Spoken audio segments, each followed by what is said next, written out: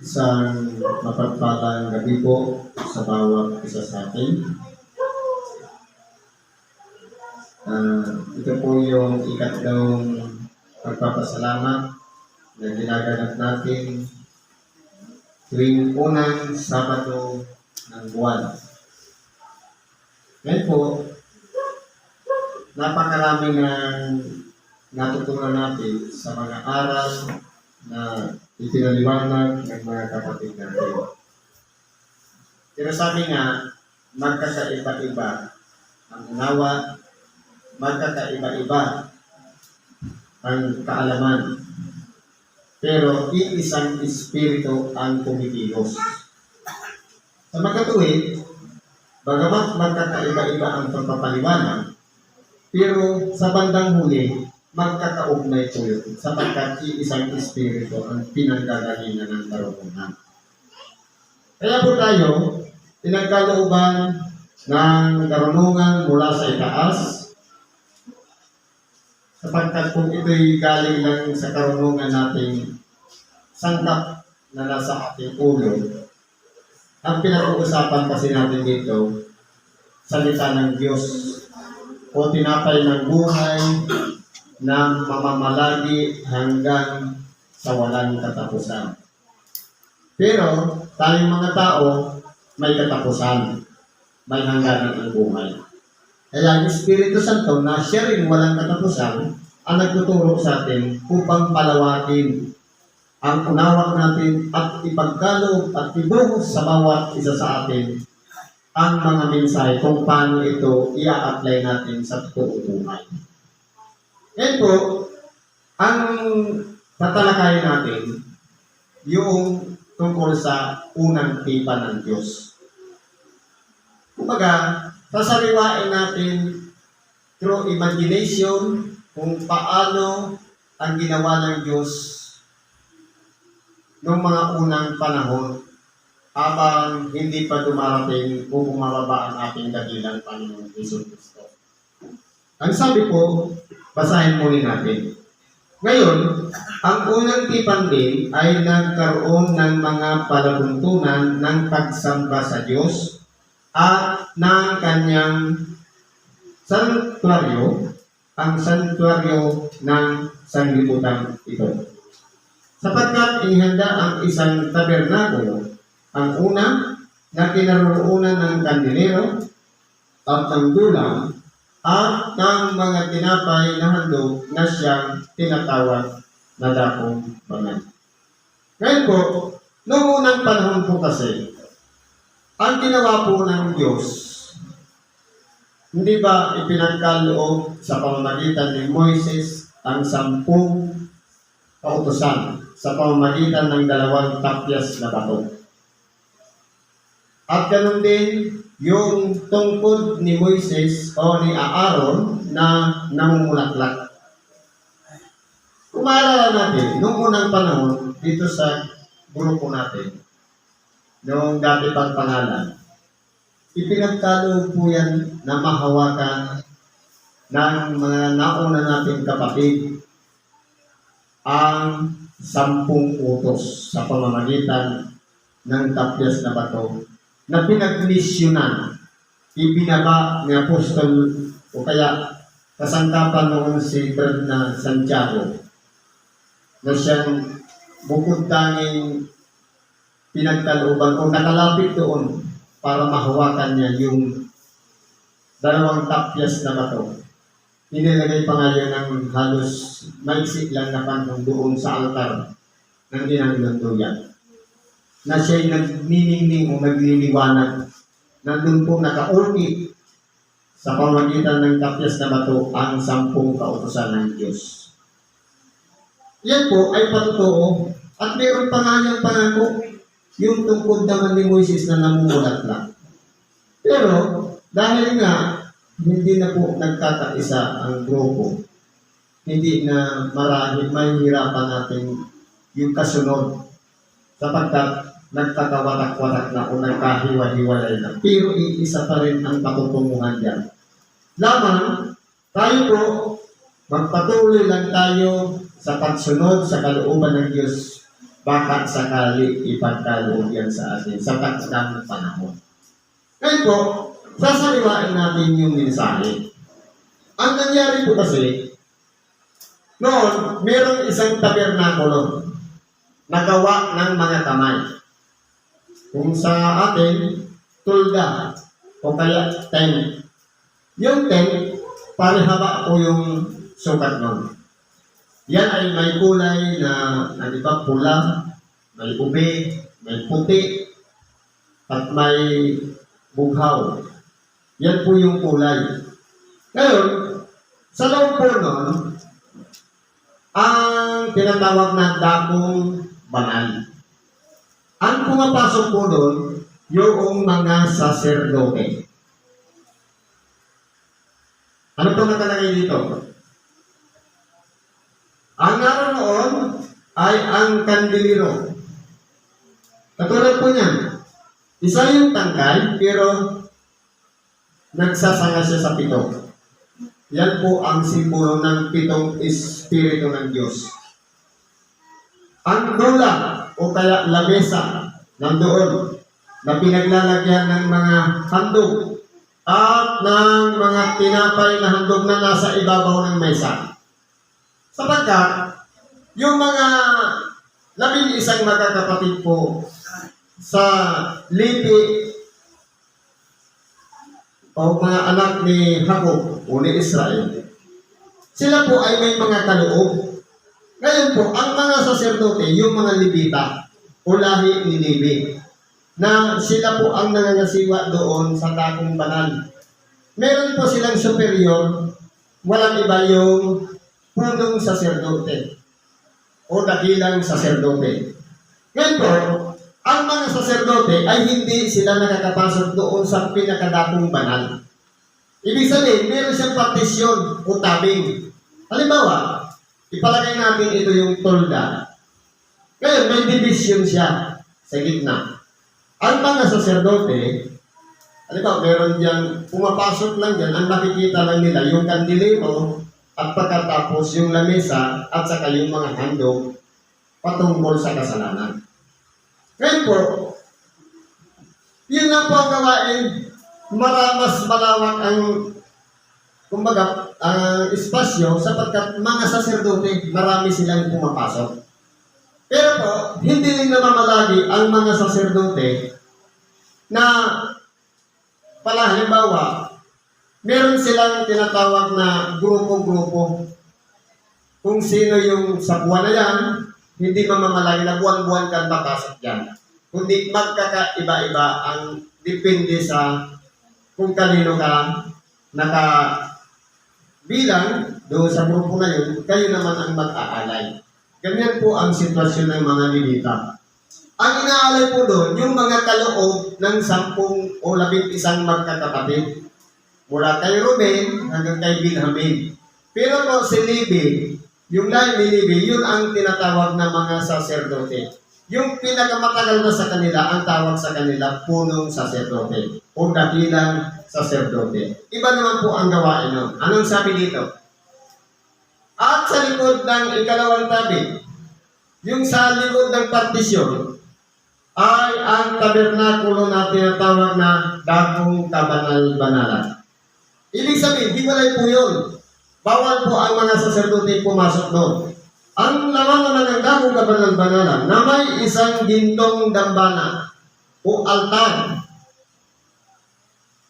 at kaban ng tipan. Yung pinakakaban na ngayon nga, ginagawa ngayon ng mga nasa pagsamba ngayon, yung nilalagay na yung andas. Pero ang nakalagay doon, imahe. Pero po dito, andas din siya, pero sa ibabaw nun, 2 kirubin o anghel na magkadaupang ang kanilang pakpak na magkaharap. Ang nilililiman po nila yung pinaka-kaban o tinatawag na andas. Sabi dito,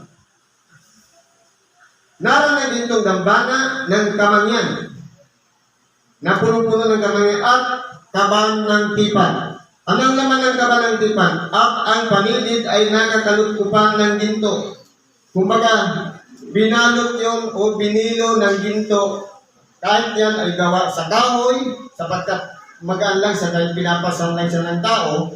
Kung maalala na natin nung pasukin ang Jericho sa pamamagitan ni Josue, inikot nila ng 7 ulit doon sa lungsod hanggang sa yun ay bumagsak at nagiba. Kaya magaan lang siya, kaya lang siya buhatin ng mga tao.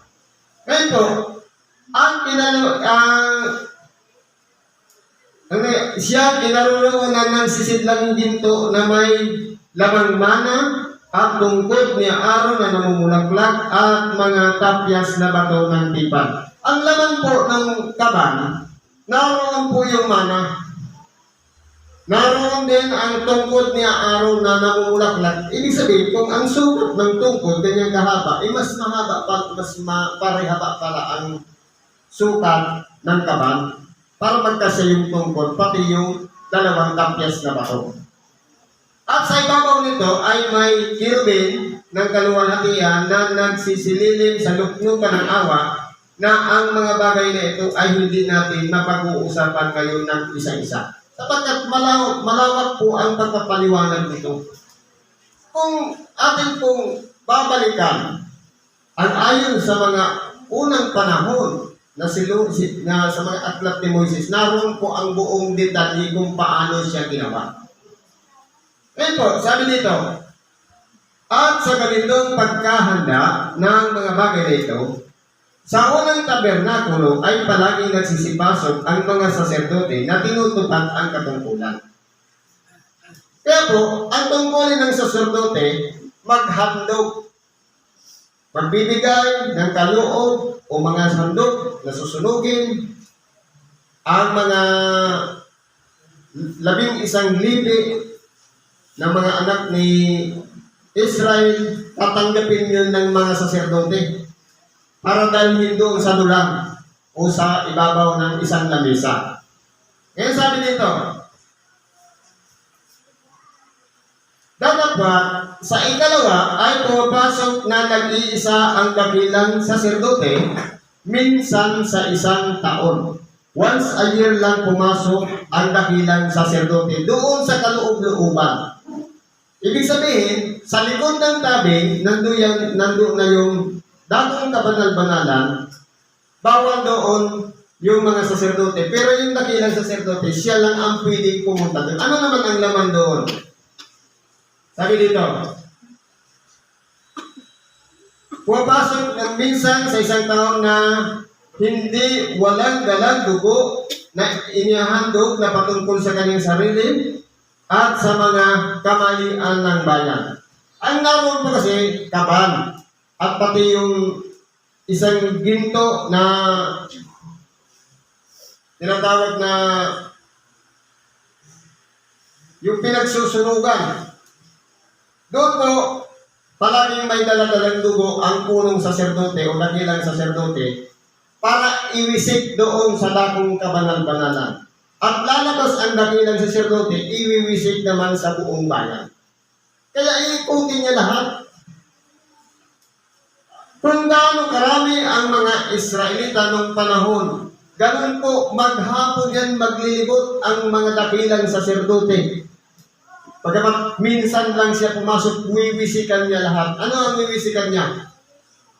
Na ipinakikilala ng Espiritu Santo na hindi pa naihahayag ang pagpasok sa dakong banal samantalang natatayo pa ang unang tabernakulo. Nung nakatayo pa ang unang tabernakulo, hindi pa napapanahon dahil hindi pa ipinahayag ng Espiritu Santo. Nayaoy, isang talinhaga sa panahong kasalukuyan. Sa panahon po natin, magiging talinhaga po yun. Bakit po? Bakit kinakailangan na ang dakilang saserdote ay mayroon palaging daladalang dugo? Ano po ba ang ibig sabihin ng dugo? Bakit napakahalaga sa harapan ng Diyos na kinakailangan sa pamamagitan ng dugo ng mga alay na handog na susunugin? Yan po ay napakahalaga para sa Kanya na napapakinabangan din ng mga tao. Sa makatuwid, ang dugo po ay pinakapantubos ng pagkakasala ng mga tao. Dahil sa mga kamalian, ang dakilang saserdote ay minsan lang siya pumasok sa dakong kabanal-banalan para magdala ng dugo. Hindi siya pwede pumasok doon walang dalang dugo. Sapagkat yun ang pantubos ng kamalian ng bayan, unang mga tao.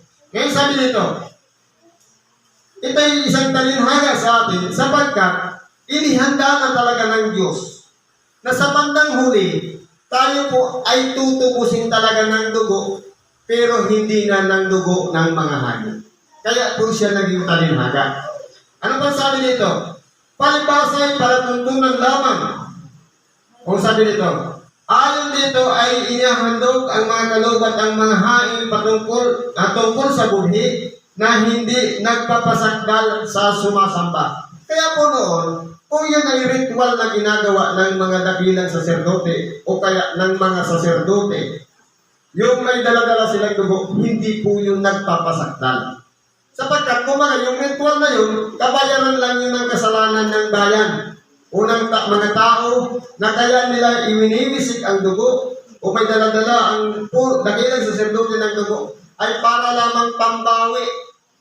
Kumbaga ma-recover ang lahat ng nagawang pagkakasala sa harapan ng Diyos. Kaya po, sinubo ang mga dakilang saserdote para doon lang sa kaloob-looban, para patawarin ang bayan.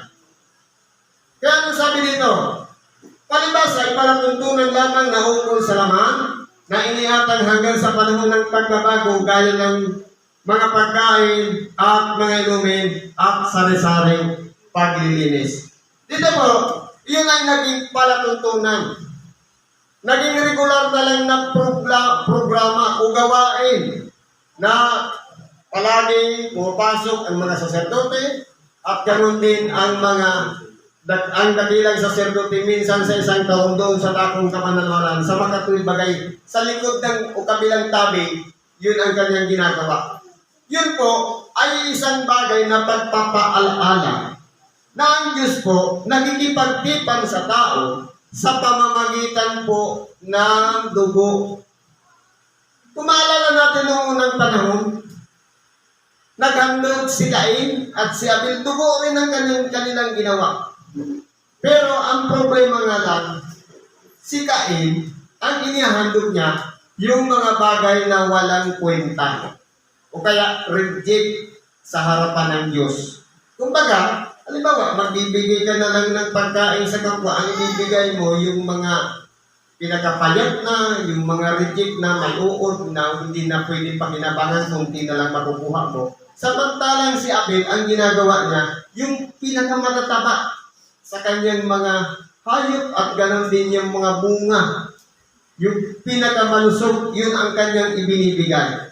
Kaya po, sa bagay na iyan, kung pag-aaralan po natin, noon pang unang panahon, hanggang sa panahon ni Moises, naghahandog na talaga ang tao patungkol sa kapatawaran ng kasalanan sa pamamagitan ng dugo na inihahandog.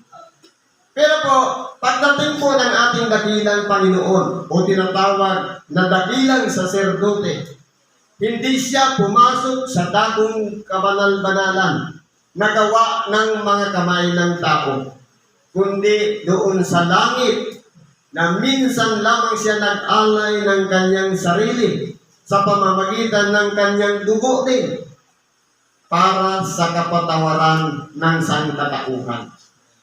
Na kung tutusin, ito po yung magpapasakdal sa atin. Yung pagsampalataya lang natin sa ginawa ng ating dakilang Panginoon na minsan lang siya nag-alay at pagkatapos nun wala na ang kasunod. Hindi na siya uulit o taon-taon na para bababa na naman para muli na naman siya mag-alay ng kanyang sarili. Minsan lang siya naghandog ng kanyang sarili.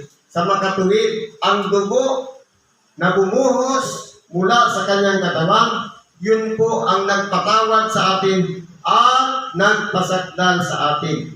Sa makatuwid, kung tayo po ay may pagsampalataya sa dugo na ibinuhos ng ating dakilang Panginoon, pinatawad ng ating mga pagkakasala, at nagkaroon na tayo ng pagkakataon para ma-perfect yung buhay natin, na bagamat nung una kulang pa yung mga handog mula sa dugo ng mga hayop. Pero ngayon, dahil ang ating dakilang Panginoon na hindi rin gawa ng mga kamay ng tao ang kanyang pinasukan sa makatuwid bagay doon sa langit, minsan lang siya naghandog sa pamamagitan ng dugo. Ito na po yung pinakapantubos ng ating pagkakasala.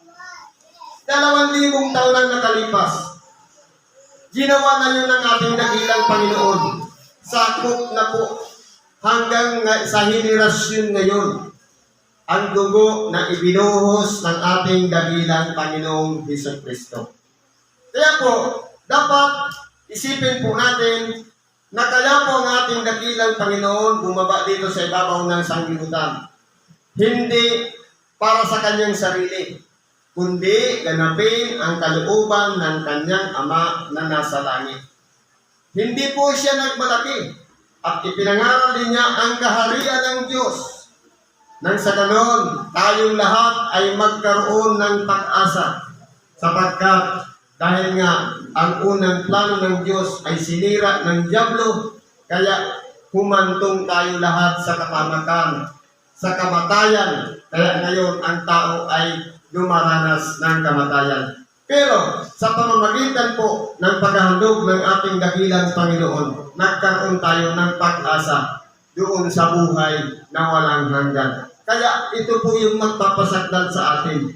Para yung mga bagay na hindi natin kayang gawin, sa tulong ng Espiritu Santo, magagawa na natin na ayusin ang ating mga sarili at pasakdalin tayo ng Diyos sapagkat hindi na po tayo nag-iisang gumagawa. Nariyan ang Espiritu Santo na hindi nagsasawa na tumutulong sa atin. Bagamat tayo'y mahina ang ating katawang laman, pero tayo'y palalakasin at bibigyan pa tayo ng bastong karunungan, kaalaman upang mapagtagumpayan natin ang bawat pagupit o dagok na dumarating sa ating mga buhay. Kaya po ang pinakakailangan lang po dito, manatili lang po tayo magpasakop ayon sa kalooban ng Diyos. Tayo po'y sumunod sa kanyang kalooban. Sapagkat, sabi sa pangalawang aralin, pantay lang po ang Diyos magbigay sa atin. Walang lamang, hindi pinag-uusapan ang tagal ng serbisyo, kundi lahat tayo'y tatanggap ng tinatawag na buhay na walang hanggan. Hanggang dito na lang po ako. Salamat po at pagpalain tayo ng Diyos. Ano man ang ating kahilingan, karaingan, idulog natin lahat sa Diyos at ipagkakaloob sa atin sa pamamagitan ng gabay ng Espiritu Santo. Salamat at pagpalain tayo ng Diyos.